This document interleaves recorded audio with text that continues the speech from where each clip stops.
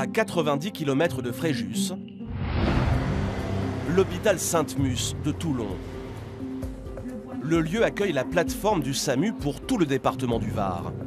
Il faut appeler le 15 pour joindre l'un des 32 assistants de régulation. Il n'a pas eu de perte de connaissance. Mais d'habitude, il respire bien. Madame, pendant que je vous parle, les secours sont déjà engagés. Dites-moi, c'est important, dites-moi si sa poitrine se soulève. D'accord, vous restez en ligne, je vous passe le médecin au téléphone, d'accord? Les cas les plus complexes sont transférés à un urgentiste. Oui, bonjour madame, docteur Graveline, je suis médecin régulateur du SAMU, je vous écoute. D'accord, vous avez commencé à faire la réanimation? Vous savez faire un massage cardiaque? Philippe doit réagir à des situations d'urgence vitale. À distance, il explique les gestes de secours aux proches d'un malade.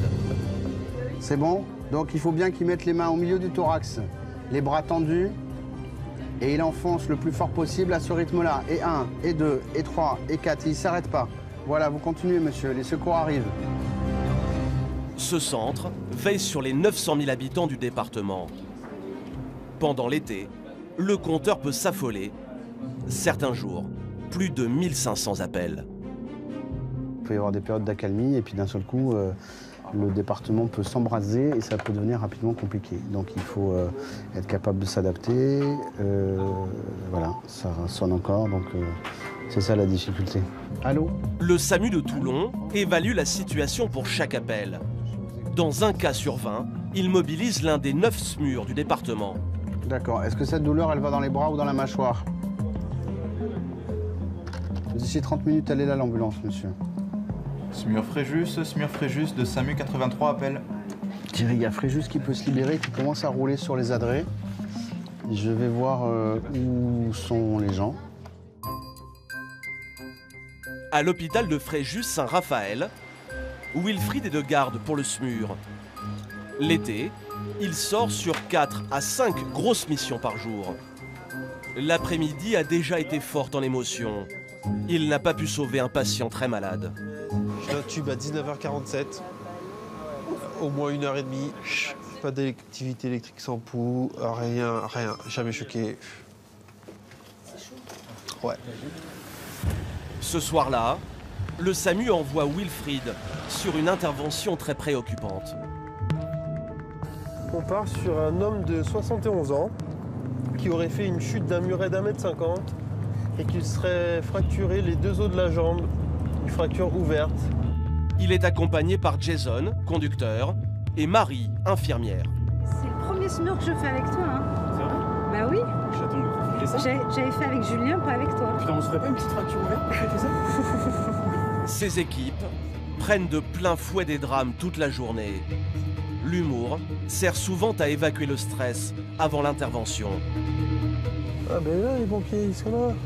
Parfait. En moins de 5 minutes, ils arrivent sur le lieu de l'accident. Tout de suite, la concentration reprend le dessus. La blessure du monsieur s'avère impressionnante. Son pied est retourné. Ah oui.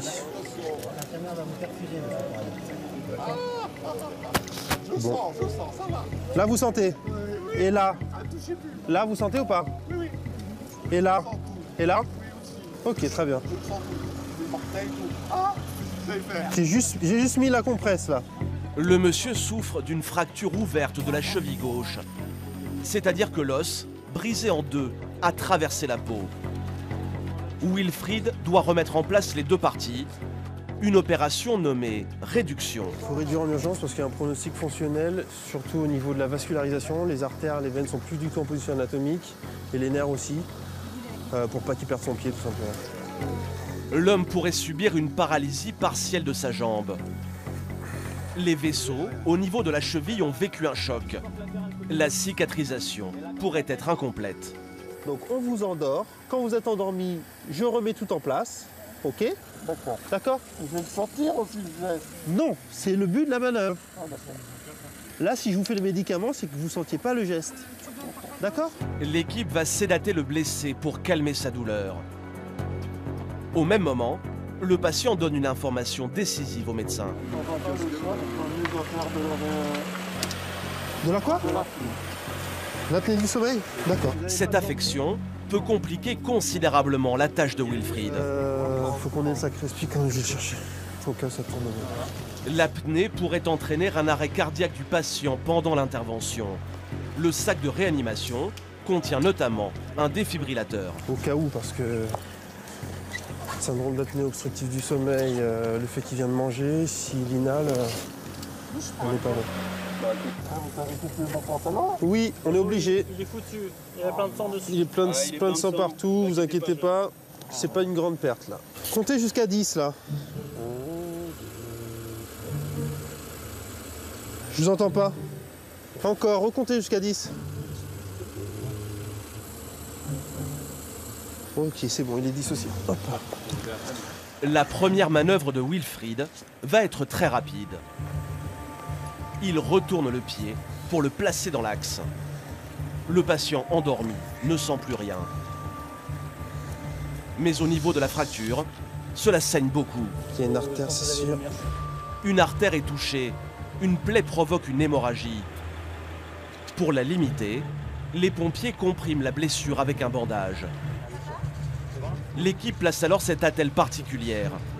Celle-ci permet de maintenir la jambe. L'os reste dans l'alignement et la fracture ne peut pas bouger. Ok, très bien. Attention pour lever. Lever. Appelez l'orthopédiste pour lui dire qu'on arrive globalement avec une fracture ouverte. Wilfried et ses coéquipiers ont réussi à stabiliser le patient en moins de 25 minutes. Ces métiers permettent d'avoir de réelles satisfactions. C'est l'adrénaline de l'intervention, ça se passe comme ça, c'est agréable. On est là, on aide les gens, on leur soulage la douleur, on essaie de faire correctement notre travail. Toute l'équipe s'est dépêchée sur cette intervention. Le patient a ainsi plus de chances de récupérer l'usage de son pied. Mais va-t-il pouvoir être opéré immédiatement? C'est l'objectif. Après, le problème, c'est qu'il n'est pas à jeun, puisqu'il sort du restaurant.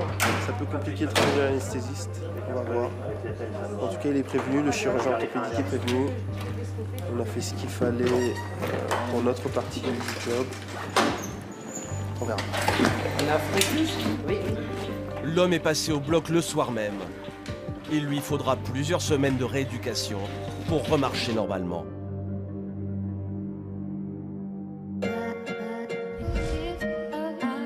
À Mandelieu, les baigneurs s'offrent de bons moments sur la plage. Ils sont en sécurité grâce à ces grandes barrières de pierre. Ces digues permettent de délimiter l'espace. D'un côté les nageurs, de l'autre les plaisanciers. Un petit tour de mer dans un bateau est l'une des occupations préférées des vacanciers. Mais cette activité nautique engendre chaque été son lot d'accidents. Parfois, cela peut être très inattendu. Ouais, je vous écoute. Un bateau se crachait contre la digue à l'entrée du port, côté plage. Ouais, ok, on n'est pas très loin, on va y être rapidement. Ce soir-là, Charlie, le patron de la police municipale, est appelé car un incident vient d'avoir lieu avec l'un de ses bateaux. Alors, on arrive sur place.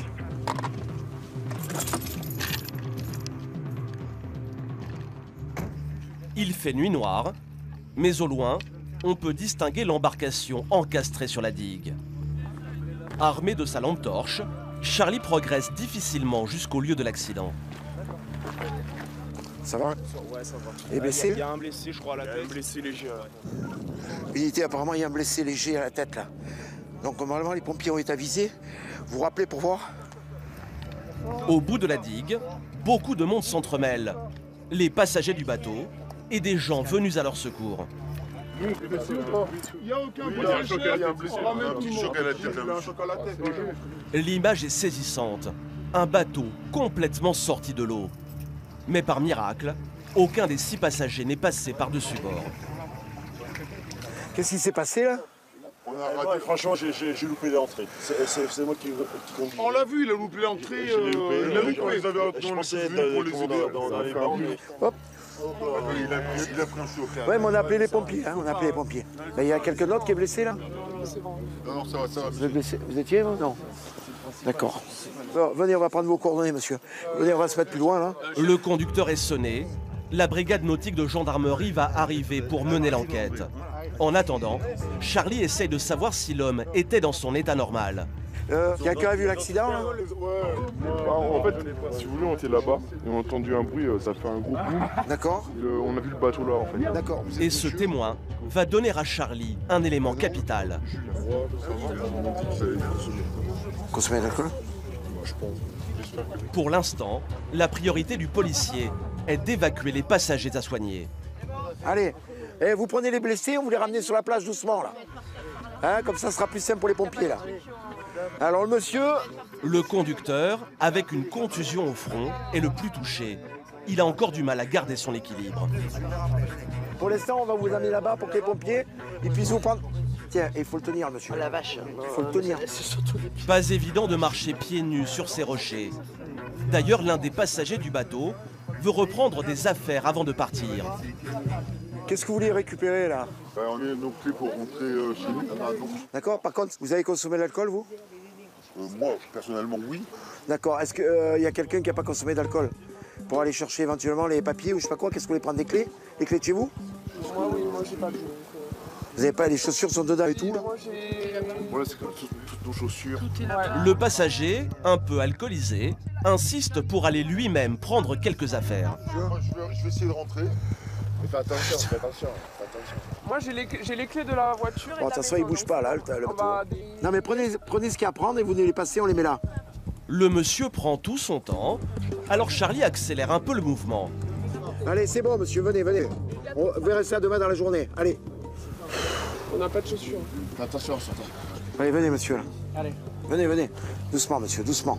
Cet homme, enivré, chancelle. Attends, tiens-le. Hein. Attendez, 30 secondes, monsieur, 30 secondes. Non, je suis bien. Non, on va se mettre à côté de vous, monsieur. Il y a des trous là. Eh, doucement, monsieur. Il y a des trous. Putain. Avancez-vous, c'est plus par là. Ah, mais vous me stressez là. Bon, allez. Attends, il met le pied là. Là. Non, allez. C'est bon, c'est bon. Tiens-toi moi. Je suis bon, je suis parti. Allez. Merci, monsieur, pour votre aide. Qu'il éclaire le chemin sur les rochers là. Allez, on y va? Allez, monsieur. Allons-y, allons-y. Mais l'homme n'en fait qu'à sa tête. Non, par là, monsieur, vous allez là. Où vous allez là, monsieur? Mais où vous allez? Les policiers arrivent à ramener sur la plage toute la troupe. Allez, attention, mettez les pieds. Un bateau encastré sur la digue de Mandelieu. C'est une première pour Charlie. C'est rare des accidents. C'est très rare, très rare. C'est vrai que ça arrive pas. Moi, j'en ai pas vu beaucoup et je crois que ici c'est le seul que j'ai vu. C'est la première fois. Ouais. Les occupants du bateau ne se remettent toujours pas de leur aventure. On a passé une fin d'après-midi sur un bateau et mon ami a fait des tours, il sort un petit peu d'être fun et voilà, il n'a pas pu l'entrer. Mais vous êtes de Mandelieu, vous connaissiez déjà le passage? Oui, tout à fait, il connaît très bien le passage. L'affaire va maintenant être confiée aux gendarmes. Ils vont devoir comprendre quelles sont les responsabilités de chacun. Le conducteur du bateau est-il ivre? Il y a un taux d'alcool comme si c'était un conducteur de voiture. Ensuite, il y aura sûrement une procédure. Et puis après, ils vont regarder les infractions qui seront relevées avec le code de la navigation. L'homme a eu un test d'alcoolémie positif. Il risque jusqu'à 1 500 € d'amende. Mais le monsieur a un plus gros souci. En ayant bu, son assurance risque de ne pas fonctionner. Ce petit écart pourrait bien se chiffrer pour lui à plusieurs milliers d'euros. Oh, j'y crois pas. Eh non, hein, vous avez pas fait ça. Hein. Eh, vous avez pas fait ça. Putain.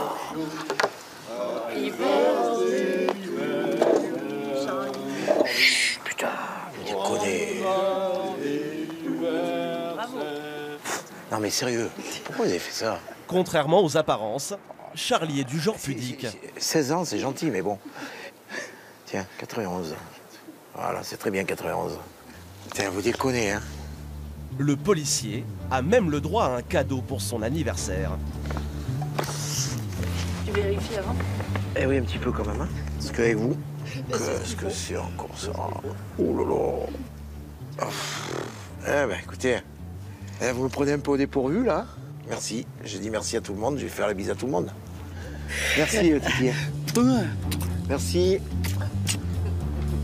Mais je pensais au moins que tu m'aurais fait la confidence de me parler d'un truc comme ça. Jamais. Pourquoi? Parce que comme t'aimes pas ça, faut que je cache. C'est vrai que j'aime pas ça. Moi, les anniversaires, j'évite parce que c'est pas mon truc du tout. Et puis bon, est-ce vraiment utile de fêter un anniversaire? Hein? Parce que vraiment, on doit faire un anniversaire. Moi, je sais pas. Et comme des titans, hein? Avant de repartir en patrouille, la brigade prend une petite pause dans la bonne humeur. À la caserne d'Antibes, 4 missions sur 5 s'avèrent être un secours à des victimes. Ah d'accord. Donc ils viennent pas là? Émilie est pompier volontaire. On part avec la 503. Pourquoi? Si tu veux les attendre. Régulièrement, cette jeune infirmière assure des gardes ici. Son expérience est un plus en intervention. Elle peut apporter un niveau de soins plus important sur des cas compliqués. On part sur un blessé par arme blanche suite à une rixe. Il y aurait une plaie profonde au crâne. Une scène très difficile attend Émilie à Valbonne, une ville de l'arrière-pays à 25 minutes d'Antibes. La victime est visiblement tombée sur un déséquilibré. Alors, salut. Ce monsieur, plaie par arme blanche avec un couteau de boucher. Ok. Ici, au niveau de l'œil. Là. Ok. Apparemment, il a tapé fort parce que j'ai un trait sur l'os de la boîte crânienne. Ouais. Voilà. Il n'y a pas de perte de connaissance initiale. Oui. Et... T'as des bonnes constantes d'arrivée? Et ils sont en train de finir de les prendre. Par contre, il est hyperalgique. Après une terrible attaque avec un couteau de boucher, par miracle, l'homme est encore vivant. Bonsoir monsieur, c'est l'infirmière. Qu'est-ce qui s'est passé? Monsieur, vous êtes là? Les dents. Ouvrez les yeux. Les dents. Ouvrez les 2 yeux. Regardez-moi. Hop, je vais vous mettre, écoutez-moi, je suis l'infirmière des pompiers, d'accord? Je vais vous mettre une perfusion, vous mettre un médicament pour la douleur, ok? Allez, ça va aller. En fait, le crâne du monsieur a stoppé la frappe du couteau de boucher. L'entaille mesure plus de 5 cm. Malgré le choc, cet homme arrive encore à raconter son agression, une histoire partie de presque rien. Un gars du quartier, parce que mon chien s'est décroché quand je le promenais dans le bois. Il a 7 mois, c'est un chiot. Il est parti vers lui, ça lui a pas plu, il est revenu 1 heure après avec un coup de m'a mis un coup de couteau là dans le visage. Un coup de couteau. Il aurait dû me tuer. Allez, ça va, maintenant vous êtes avec nous, tout est fini, d'accord? J'ai mal. J'aime pas, je parle, je force. J'ai mal. Ça fait mal plus là.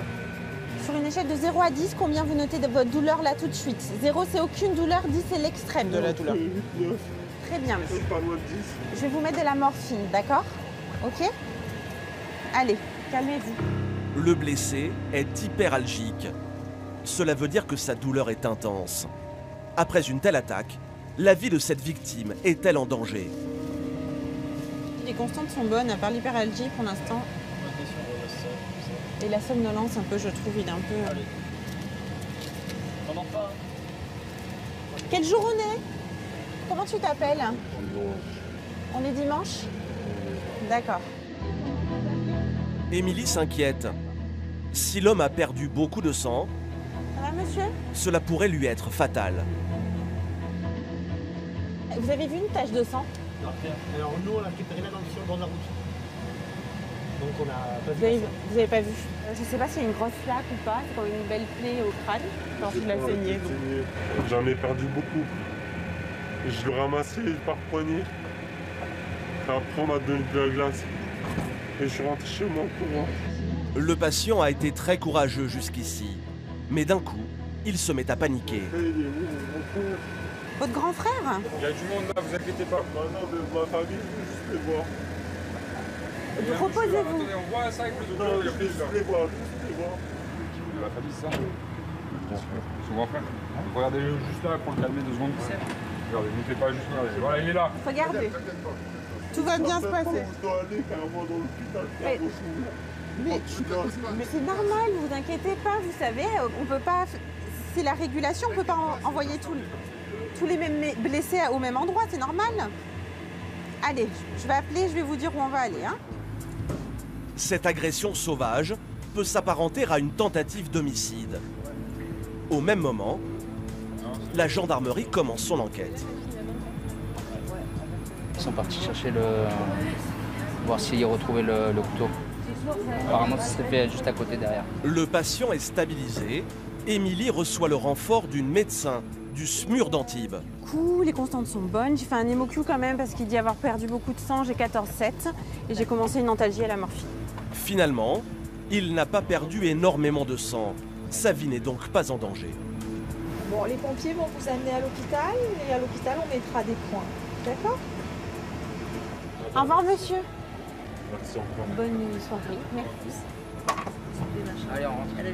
Les pompiers d'Antibes terminent cette mission marquante, une tentative de meurtre. Face à une telle situation, Émilie reste parfaitement professionnelle. Cela ne change pas son approche auprès de la victime. Non. Que non. Non, non. Moi, quand je prends en charge quelqu'un, je la prends en charge comme tout le monde. Nous, on est là pour une victime, pour une personne, et voilà. On n'est pas là pour juger tout ce qui se passe autour. Le patient finira avec une belle cicatrice au niveau de sa blessure. Même si le coup a été frappé proche de l'œil, il n'aura pas de séquelles. Ce jour-là, un événement va embraser toute la Côte d'Azur. Dimanche 15 juillet 2018, finale de la Coupe du Monde de football. Allez le bleu! Allez! Pronostic 3-0 pour la France, comme il y a 20 ans. La France est encore en jeu. Toute la région se met en bleu, blanc, rouge. On va gagner!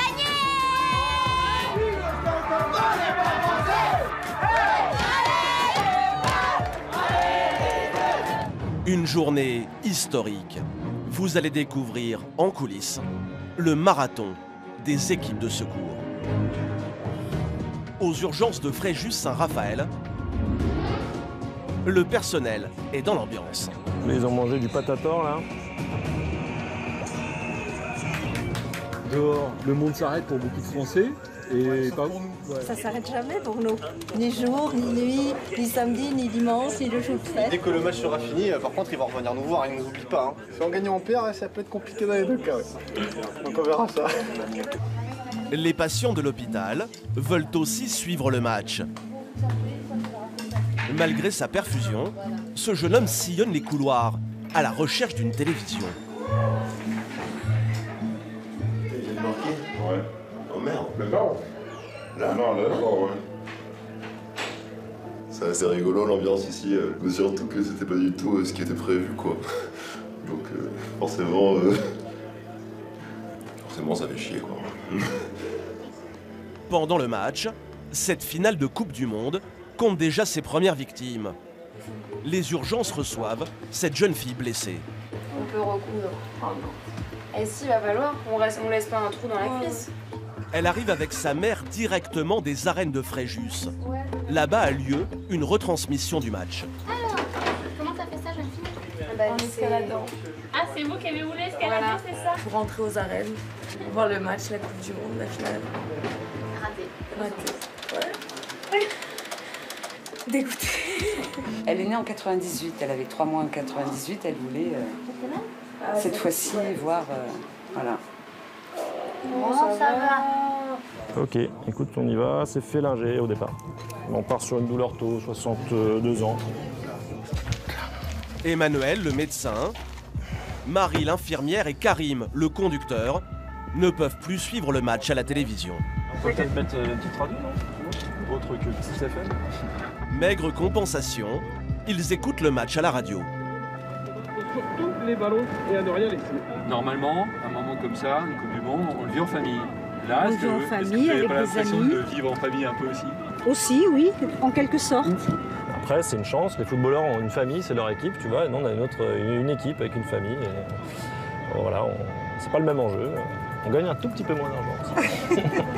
Leur intervention les mène dans cette résidence de vacances. Un Italien séjourne ici. Il a une douleur thoracique. Bonjour monsieur. Vous appelez comment? Claude. Claude. Alors on va faire très simple. Tout de suite, vous avez mal où? Alors, j'avais mal beaucoup à l'estomac à partir de midi jusqu'à une demi-heure avant. D'accord. Les premiers examens sont plutôt positifs. Mais le médecin se méfie toujours d'une douleur thoracique. Je vous explique un petit peu. Là, votre enregistrement cardiaque, il est très bien. Hein, c'est quand même plutôt rassurant. Mais ça ne suffit pas. On va vous faire des prises de sang à l'hôpital, là. D'accord? Ce patient souffre du cœur depuis plusieurs heures, sans avoir eu d'infarctus.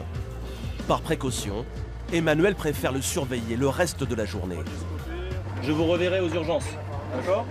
Là, je vous laisse avec les pompiers. Vous pouvez vous rassurer. On fera le bilan très tranquillement une fois là-bas.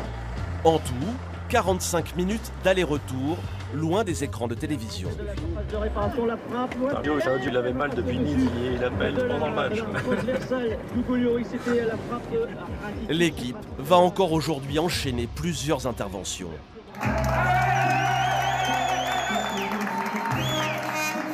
À la caserne d'Antibes, les pompiers ont décidé de célébrer cet événement national en compagnie de leur famille. Certains d'entre eux sont de garde et peuvent partir à n'importe quel moment. C'est le cas de Pascal.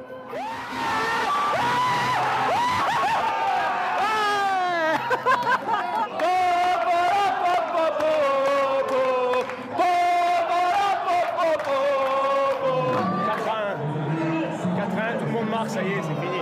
Fini, c'est réglé les poids.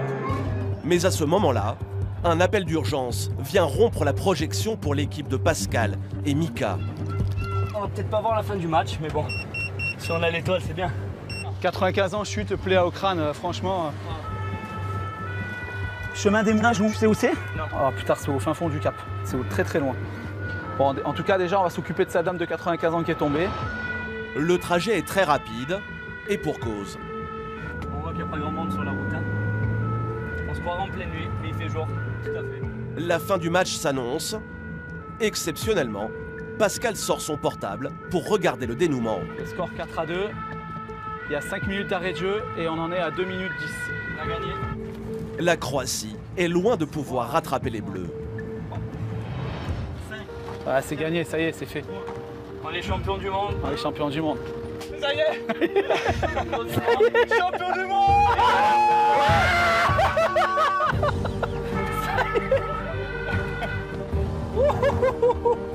Ça y est, ça y est, ça y est. Ça y est. Ben voilà. Un petit peu encore, vas-y. 20 ans après 1998, la France est une nouvelle fois championne du monde de football. Allez, on est parti maintenant. Les pompiers partagent leur joie, même en intervention. J'ai fini le match. Et vous savez qu'on a gagné, ça y est. Vous avez vu la fin? On a gagné. Hein. C'est vrai, c'est fini, on a gagné. On est hein champion. Votre chute là. Tu lui enlèves le bandage, s'il te plaît, et on va voir un petit peu ce qu'elle a.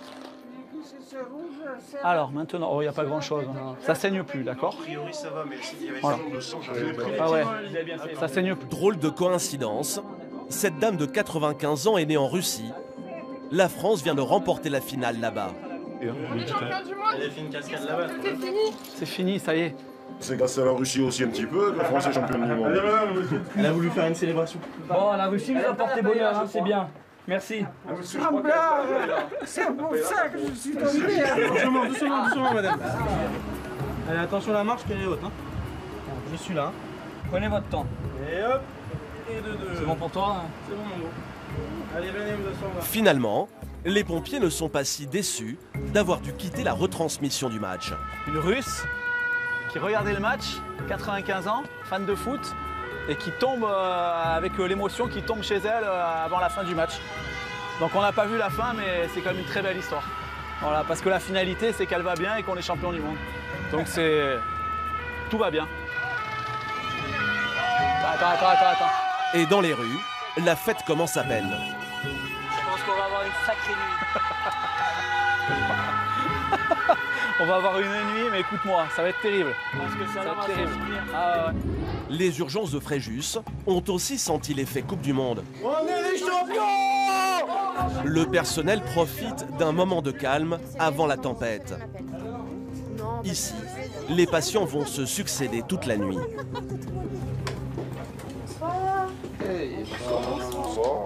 Pas manqué.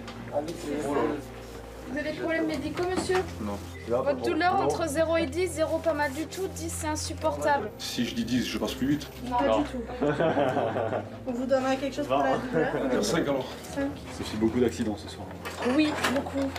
Beaucoup. Je pense que c'est dû à la joie des supporters qui font pas attention du coup. Peut-être l'alcool aussi. Certains malades sont alcoolisés gentiment. D'autres, en revanche, vont être beaucoup plus agressifs contre le personnel hospitalier. Un homme de 50 ans a été amené ici par les gendarmes à la demande de son père. Emmanuel va devoir gérer ce patient explosif. Mon père m'a toujours dit que j'ai un seul ou un truc qu'on peut aller. Pardon? Je te mets une claque. Ferme ta je suis plus en dedans. On veut essayer de vous examiner. Fais pas le bon, parce que je suis mieux que toi au niveau force physique, d'accord? Parce que moi j'étais un combattant. J'ai fait partie des forces, des commandos. Sans aucune explication, l'homme est menaçant. Visiblement, il n'est pas dans son état normal et sa conduite ne va pas s'arranger. Le mec avec ses yeux de merlancerie, tu vas arrêter avec tes yeux là. T'as une tête de taré là, ta façon de regarder les gens. T'as une tête de taré. Moi je trouve que c'est les lunettes. C'est bon. Je me touche pas. Allez, je me touche pas. Alors je m'appelle Cassos. K-A-S-O-S. Le patient est incohérent dans ses propos. Il s'agite. Alors ils doivent se mettre à plusieurs pour le maîtriser.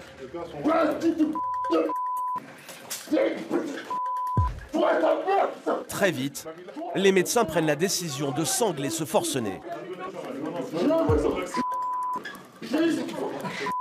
Calmez-vous, vous allez juste vous faire mal. Ferme ta gueule!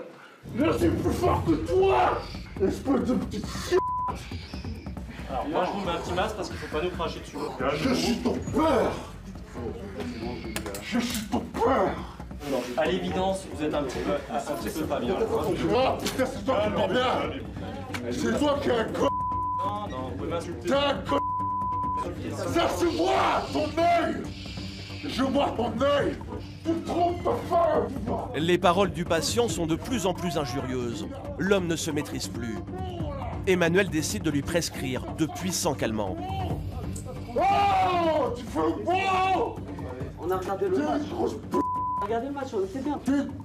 On a regardé le match. Ah, tu vois, tiens, tranquille. Là, il voit les 5 ampoules là. Les 5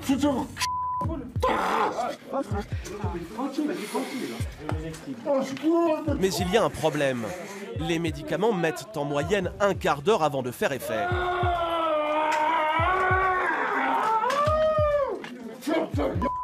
Heureusement, toute l'équipe est solidaire pour s'occuper de ce patient. Certains infirmiers ont même terminé leur service. Vu la tournure que ça a pris après le match, je sentis venir qu'il allait se passer quelque chose. Le nombre de personnes agressives qui sont rentrées, je me suis dit, il va peut-être y avoir besoin d'aide avec les collègues. C'est le genre de patient avec ce genre de pathologie, c'est ingérable. C'est ingérable. On est venu un peu fêter la Coupe du Monde avec les collègues pour faire un bisou et on se retrouve à devoir faire ça, c'est malheureux.